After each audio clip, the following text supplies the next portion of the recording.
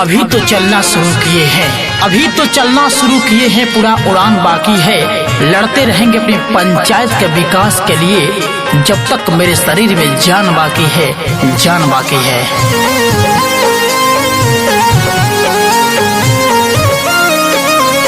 हाथ जोड़ी और हजार करी है, बार करी हो। भैया पुष्पा दीदी दुखिया लाचार बाड़ी, मुखिया से खाड़ बाड़ी हो। भैया पुष्पा दीदी दुखिया लाचार बाड़ी, मुखिया से खाड़ बाड़ी हो। इनका के जनी तो भूलई हो, मोहरे लगई हो, विजयी बनई हो। भैया पुष्पा दीदी मुखिया से खाड़ बाड़ी, दुखिया लाचार बाड़ी हो। चुनेगी जनता भारी मतों से, जनता के सेवक कहलाएंगे। विकास किया है विकास करेंगे, जन जन को लाभ पहुंचाएंगे।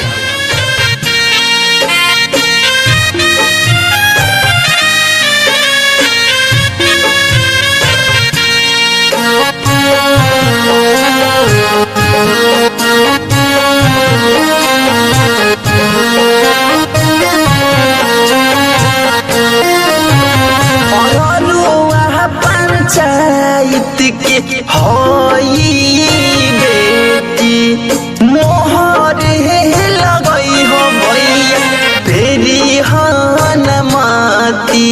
जी हाँ, आप सभी ग्राम निवासियों से नम्र निवेदन है कि इस बार पुष्पा जी को भारी से भारी मतों से विजयी बनाएं। और पंचायत के होई हो बेटी, मोहर लगई हो भैया फेरी हो न माती।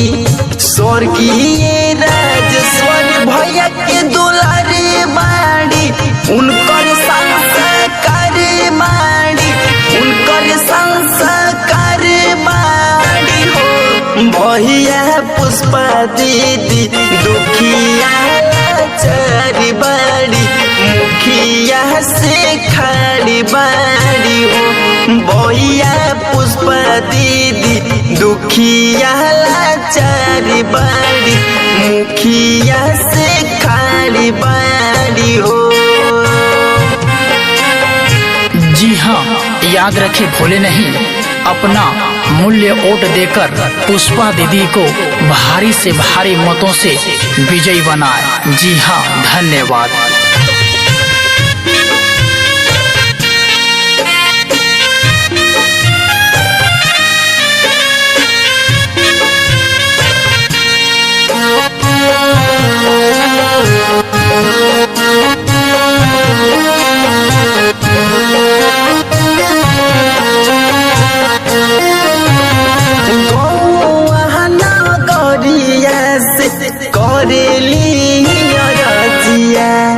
विजयी बनाई के बचाइली जलजिया। जी हाँ, आप सभी ग्राम निवासियों से नम्र निवेदन है कि इस बार पुष्पा जी को भारी से भारी मतों से विजयी बनाएं। नगरिया से करेली रजिया, विजयी बनाई के बचाइली जलजिया। हाथ जोड़ी और हजार करी हो। भैया पुष्पा दीदी मुखिया से खाली बाड़ी,